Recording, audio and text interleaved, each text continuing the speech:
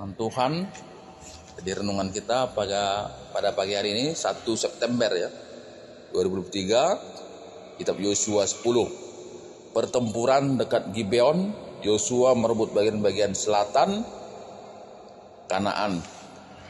Setelah terdengar oleh Adoni-Zedek, Raja Yerusalem, bahwa Yosua telah merebut Ai dan telah menumpasnya seperti yang dilakukannya terhadap Yeriko dan terhadap rajanya, demikianlah juga dilakukannya terhadap Ai dan terhadap rajanya. Dan bahwa penduduk kota Gibeon telah mengadakan ikatan persahabatan dengan orang Israel dan diam di tengah-tengah mereka. Maka sangatlah takut orang, sebab Gibeon itu kota yang besar, seperti salah satu kota kerajaan, bahkan lebih besar dari Ai, dan semua orangnya adalah pahlawan. Sebab itu Adoni-Zedek, Raja Yerusalem, menyuruh orang kepada Hobam, Raja Hebron, kepada Piream, Raja Yarmut, kepada Reupia, Raja Lakhis, dan kepada Debir, Raja Elon, mengatakan, datanglah kepadaku dan bantulah aku, supaya kita menggempur Gibeon, karena telah mengadakan ikatan persahabatan dengan Yosua dan orang Israel. Berfirmanlah Tuhan kepada Yosua, ayat 8, janganlah takut kepada mereka, sebab aku menyerahkan mereka kepadamu. Tidak seorang pun dari mereka yang akan dapat bertahan terhadap engkau. 11. Sedang mereka melarikan diri di depan orang Israel dan baru di lereng Bet Hebron, maka Tuhan melempari mereka dengan batu-batu besar dari langit sampai ke Azeka, sehingga mereka mati. Ayat 16. Kelima raja itu melarikan diri dan bersembunyi di dalam gua di Makeda. Kepada Yosua dikabarkan demikian, kelima raja itu telah ditemukan bersembunyi di dalam gua di Makeda.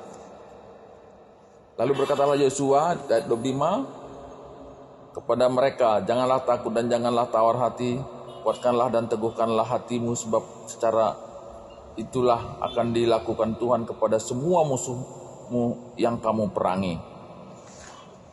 Kemudian ayat 27, tetapi menjelang matahari terbenam di atas perintah Yosua, mayat mereka diturunkan dari tiang-tiang itu dan dilemparkan ke dalam gua tempat mereka bersembunyi. Lalu mulut gua itu ditutup orang dengan batu besar yang masih ada sampai sekarang. Nah, demikian bacaan kita. Nah, dalam perikop ini adalah proses perjalanan bangsa Israel dalam menguasai tanah Kanaan.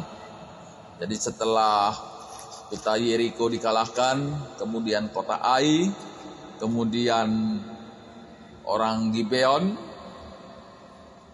juga sudah bersama dengan bangsa Israel, maka ada 5 kerajaan lagi yang belum dikalahkan, dan mereka sudah mendengar bagaimana sepak terjang bangsa Israel ini, lalu mereka menyatukan kekuatan untuk menggempur orang Israel. Tapi Tuhan mengatakan tidak usah takut, dan Tuhan ikut berperang. Dan memang betul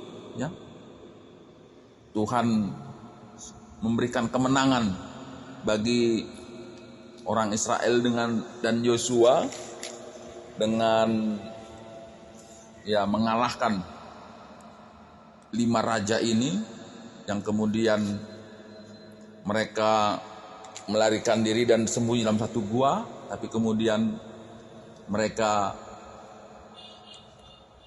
diambil lagi di gua itu yang tadinya ditutup.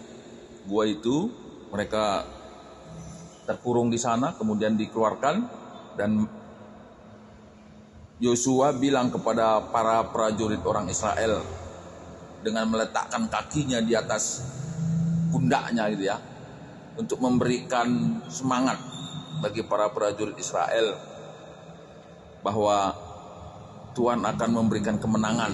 Nah, seperti itu yang dia bilang tadi, yang dia bilang dalam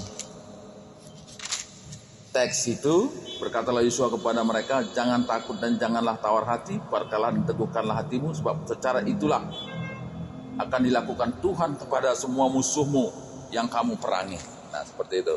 Dan kemudian kelima raja itu digantung, dan kemudian setelah sore itu jenazahnya itu dikembalikan ke gua di mana mereka bersembunyi, dan kata dalam Alkitab ini gua itu ditutup orang dengan batu besar yang masih ada sampai sekarang. Ya, kita nggak tahu apa masih ada sekarang.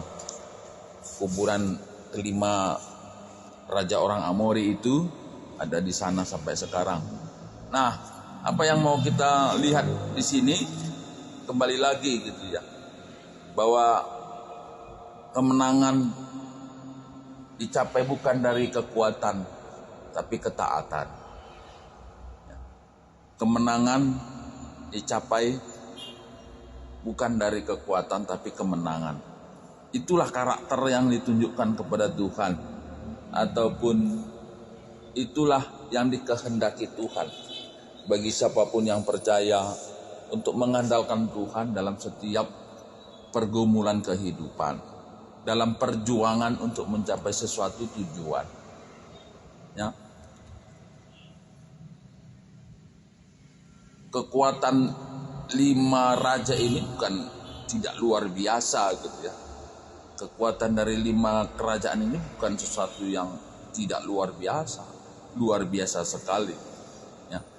Tetapi kalau kita lihat bagaimana bangsa ini melawan kota Ai yang dulu itu yang tidak seberapa besar tapi mengalami kekalahan.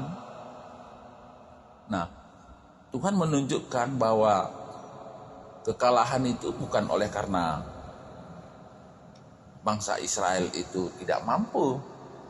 Bukan tidak mampu, tapi karena ada dosa. Jadi ketidaktaatan itu membuat segala sesuatu menjadi berantakan. Nah, seperti itu ya. Menjadi satu kekacauan dan kegagalan. Sehingga ya marilah dari perikop ini kita dimotivasi, dan mungkin orang-orang dunia tidak akan menerima konsep ini, karena orang dunia selalu mengatakan orang yang berhasil itu orang yang bekerja keras, orang yang berhasil itu adalah orang yang pintar, yang belajar. Tapi Alkitab ini menceritakan bukan yang pintar dan bukan yang bekerja keras. Ya, bekerja keras itu perlu, belajar itu perlu. Tapi yang ditunjukkan dalam Alkitab adalah ketaatan. Nah, ketaatan. Sekali lagi, bekerja keras bukan tidak perlu, belajar itu bukan tidak perlu, membaca situasi bukan tidak perlu. Tapi jauh dari itu yang paling perlu, ketaatan kepada Tuhan.